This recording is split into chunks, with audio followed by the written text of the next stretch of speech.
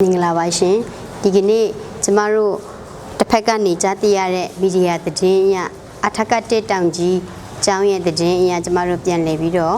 ဖြေကြားခြင်းဖြစ်ပါတယ်ရှင်ကျမတို့အထက်ကတက်အဲ့တော့ကျမတို့ကျောင်းရဲ့တစ်ဖက်ကကြားသိချက်အရ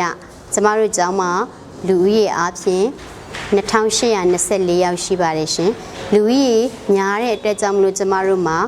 ဂိတ်တာဝန် duty ဆိုတာလည်းပဲဆရာမတိန်းကတာဝန်ယူရဆောင်ရွက်ရတာဖြစ်ပါတယ်ရှင်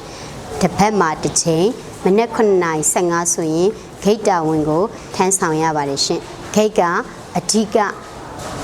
အဝင်အထွက်ဖြစ်တဲ့အတွက်ကြောင့်မလို့ကျမတို့ကလုံခြုံမှုကိုစနစ်တကျတာဝန်ယူပြီးတော့ကျမတို့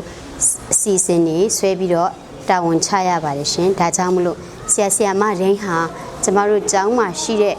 ဆရာမဒိန်းဟာဂိတ်တာဝန်ဆိုတာအမြဲတမ်းလုပ်ရတဲ့တာဝန်တရက်ဖြစ်တယ်ဆိုတာကိုကျွန်မပြောကြားလိုပါတယ်ရှင်နောက်တစ်ချက်ကတော့ကျမတို့ရဲ့ကျောင်းမှာအတန်းနေလည်းများတဲ့အတွက်ကြောင့်မလို့အတန်းပိန်အတန်းမှုပေးတဲ့စနစ်ဟာကျမတို့စီနီယာဂျူနီယာနဲ့မသက်ဆိုင်ပါဘူးရှင်ဆရာမတူရဲ့တာဝန်ကျေပြွန်မှုတာဝန်ခံမှုနဲ့ကျမတို့သက်ဆိုင်ပါတယ်ရှင်ကျမတို့ဒီအခုမနှစ်ကနေပြီးတော့တာဝန်မကြည့်တဲ့ဆရာမတွေဆိုလို့ရှိရင်လည်းကျမတို့ကအတန်းမိန်တွေကိုမပေးပါဘူးရှင်ဒီအတန်းမိန်ပေးရေးဟာဆိုလို့ရှိရင်ဆရာမတွေကမိဘတွေရဲ့အပေါ်မှာလာပြီးတော့ဒီဆရာမကတော့ဒီလိုရှိပါတယ်တိမ်ကြားတွေထားမှုတွေရှိရင်လည်းကျမတို့ကအတန်းမိန်မပေးပါဘူးရှင်ဂျူနီယာစီနီယာအသက်ကြီးနေပေမဲ့လည်းပဲ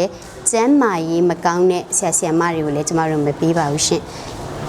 တာဝန်ကျေပြွန်မှုပေါ်မှာအဓိကထားပြီးတော့အတန်းပိန်စနစ်ကိုကျမတို့ရွေးချယ်ပြီးတော့ပေးပါတယ်ရှင်နောက်တစ်ချက်ကတော့ကျမတို့ဝန်ထမ်းတွေဖြစ်တဲ့အတွက်ကြောင့်မလို့ကျောင်းကဆရာမအားလုံးကျူရှင်မတင်ကြားရေးကိစ္စအထက်ကချမှတ်ထားပြီးဖြစ်တဲ့အတွက်ကြောင့်မလို့ဆရာမအားလုံးလက်မှတ်ထိုးပြီးတော့ကျမတို့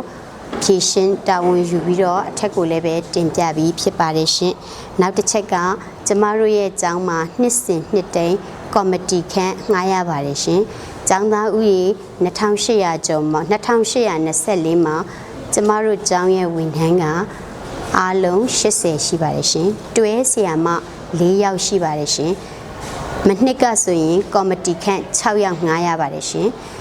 ဒီနှစ်ကော်မတီခန့်4ယောက်ငှားရပါတယ်ရှင်မူ1ယောက်တန့်ရှင်းရေး1ယောက်မူဂျို2ယောက်ဆိုပြီးတော့ကျမတို့ကော်မတီခန့်4ယောက်ငှားရပါတယ်ရှင်နှစ်စဉ်နှစ်တိုင်းလို့အချက်အရငှားရပါတယ်ဒီကျမတို့ရဲ့မိခင်ဌာနကလည်းပဲလို့အချက်ကိုလိုက်ပြီးတော့ဖြည့်ဆည်းပေးနေတဲ့အတွက်ကြောင့်မလို့အထက်တန်းကော်မတီခန့်ဒီတစ်နှစ်ငှားစရာမလိုပါဘူးရှင်ဒါကျမတို့ကျောင်းရဲ့အခြေအနေလေးကိုတင်ပြတာပါရှင်အဲ့တော့မိဘပြည်သူတွေကိုကျမအနေနဲ့ပန်ကြားချင်တာကကိုမိမိရဲ့ကလေးတွေကိုကျောင်းကိုရောက်အောင်ပညာသင်ကြားနေတဲ့အရွယ်မှာကျောင်းကိုရောက်အောင်ပို့ဖြစ်အောင်ပို့ကြပါအခုဆိုရင်နိုင်ငံတော်ကလည်းပဲအပြင်ရောက်နေတဲ့ကလေးတွေအတွက် placement တက်စီစဉ်တွေလုပ်ပြီးတော့